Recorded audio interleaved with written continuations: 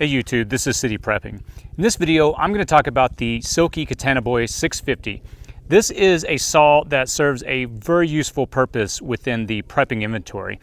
One of the things that I often look for when I look at different types of tools is considering if there's a true grid down situation that is prolonged and lasts for a long period of time, what would I want in my inventory to do certain things? And in this particular case, I am looking for alternatives and replacements to a chainsaw, which obviously runs on a finite fuel source that can be depleted or become scarce as a prolonged grid situation may occur. And so one of the things that I came across was the Silky Katanaboy 650. I looked at a bunch of videos online on YouTube, and this was one of the tools that consistently came up as a very, very powerful alternative to chainsaws. Now, obviously this is not going to replace a chainsaw specifically or do exactly as well as a chainsaw, I realize that.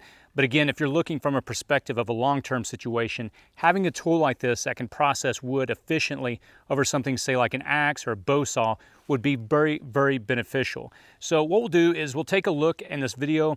I'll just run it through chopping, or rather processing some trees, and we'll talk a little more about this, comparing it to things like the Silky Boy 2000, I believe is a model. At any time during the video, if you want to check out and pick up one of these, I'll put a link in the description section below. By the way, I don't have an affiliate account with the link that I'm going to give you. I was very fortunate to get one of these from the Canadian Prepper YouTube channel. He sent me one. All he asked is that I just link to his website. So this is not a paid endorsement or anything like that. It's just a tool that I found to be very, very useful, and I'm glad to have in my inventory. So stick around. To begin with, if you're going to use this saw, highly recommend a good pair of leather gloves, something thick. You have some very sharp blades on this device, and you really don't want to take a chance of accidentally cutting yourself on it. It's pretty unforgiving when it comes to that. This is a branch I found that had fallen over in the woods on a tree. It was a dead branch, so I didn't really want to mess around with cutting any live trees. Probably would have been a lot easier, but this particular branch was falling over. And what I found is, as you're using the saw, you just want to pull it towards you. Try to avoid pressing down while you're pushing forward. It made short work of it. I was able to get to this old dead branch that was dry in a pretty quick amount of time without having the blade get caught in between the pieces of wood as I cut them. Decided to go ahead and take another cut here. And again, it was just amazing how fast this thing cut through. It's like butter using this device.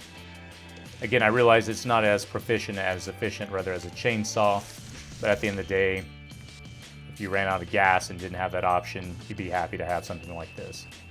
So, as you can see, you have a really, really nice smooth cut. One of the things that always impresses me about using these blades from Katana, or Silky rather, is you have really clean, smooth cuts. Not to be overlooked, but the Silky Boy 2000, much smaller blade. This thing definitely it really will do the job.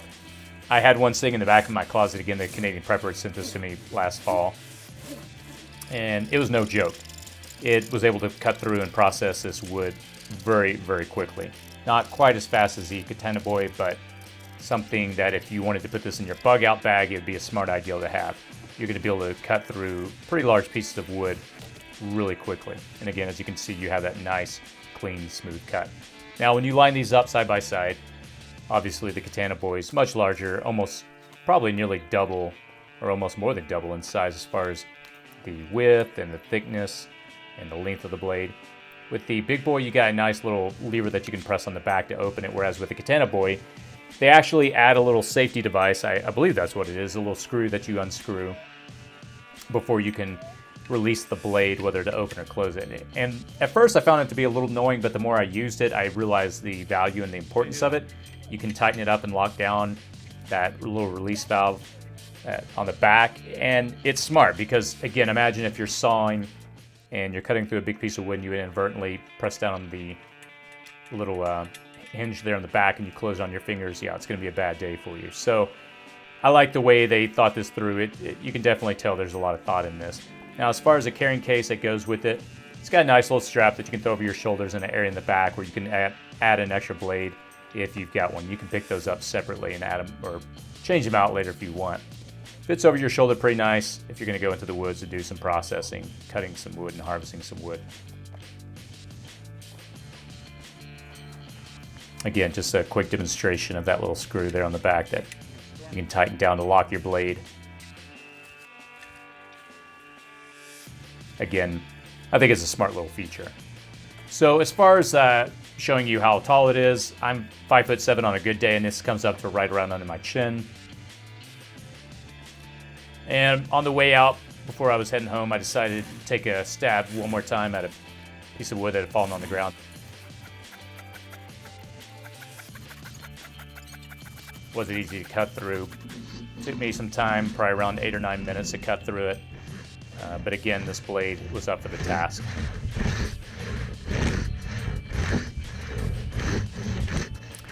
One of the things I quickly learned is how out of shape I am. I work behind a desk all day, and I can't tell you enough how important it is to keep yourself really in shape. As a prepper, it's easy to think, oh, if something happens, I'll rise to the occasion, but you may or not be able to. So again, think about taking care of yourself. So at the end, I decided to, right at the very end, not try to push the blade all the way through. I decided to just roll it off and kind of pop it open. I didn't want the blade to get bunched up inside, pinched in between. There you have it. It came out smooth. It did an amazing job, and yeah, highly recommend it. Okay, so there you have it. This again is the Katanaboy 650 made by Silky Saw. As you can see, it can definitely process wood. This particular piece of wood was dry. It's been here on the ground for a while, and it was difficult to cut through, but this saw could handle it. Just took a little time, but it gets the job done. If you're looking for different tools to have in a grid down situation, a prolonged grid down situation, again, where you may not have fuel to run a chainsaw, this would be a very, very strong contender for a replacement. These do come at a price point. You know, one of the things is if you're looking for quality, you're looking for something that has durability, and you're looking for something that's cheap, you're gonna have to choose 2 out of those 3 options. With this one, it does come at a higher price point. But again, you get what you pay for. This particular company, they're renowned for high quality. Their blades last an extremely long amount of time, and they're just all around good products. Again, I'm not paid to say this. I have no endorsement with them. You know, no affiliate links. I don't even get paid. Again, I'm not getting any credit for doing this video. I don't get credit for any time you buy one of these.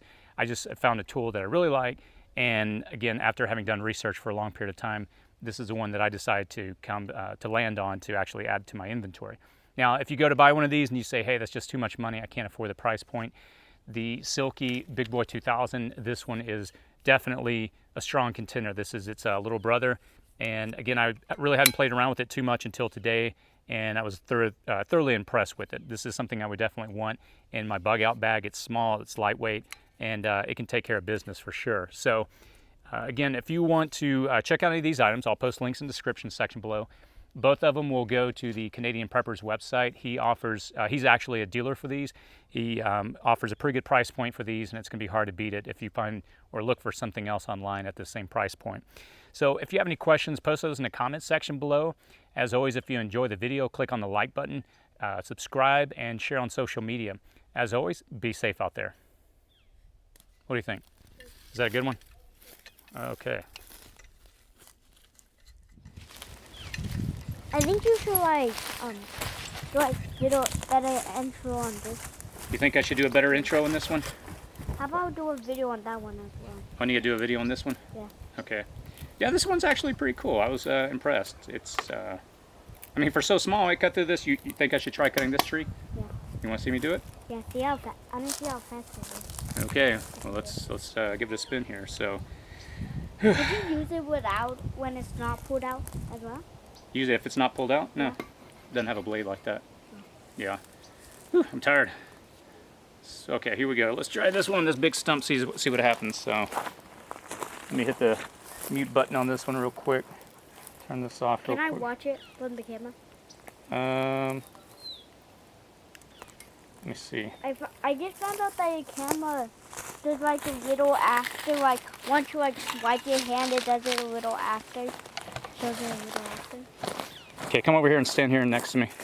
And here we go. Let's see.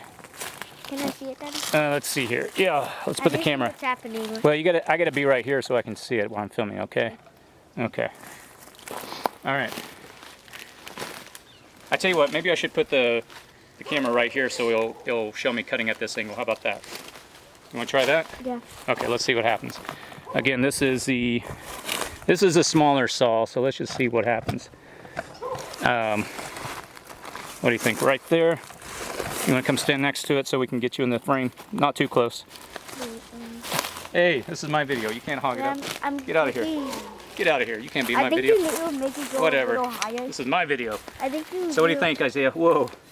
You think they'll cut through? Yeah. Okay.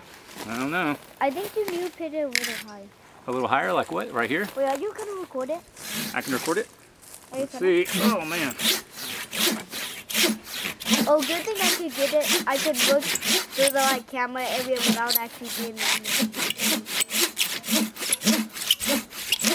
Wow, it's actually cutting through pretty quick. But it makes more noise. That's the only problem. Huh? That's the only problem. It makes more That's the only problem? Yeah.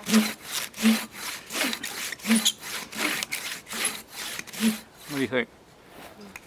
Whew. It's getting tiring already. It's doing it though. Starting to like hide it.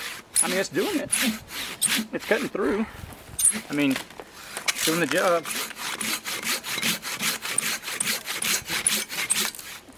Let's see. Woo! Don't want to push it there. I want to bend that blade. Yeah, it's doing it. Look at that. All right. I think that's enough for today. Yeah. Yeah. Well, the point is, it'll do it. I'm just too lazy to try it. So. Tired? Yeah, I'm tired. I don't do this very often. I sit right behind a computer all day. Yeah, I'll do it. Reading your comments. Reading my comments on my You YouTube. usually do that. Do I read the comments on my videos? Yeah, sure. This is the first time I actually seen you film a video.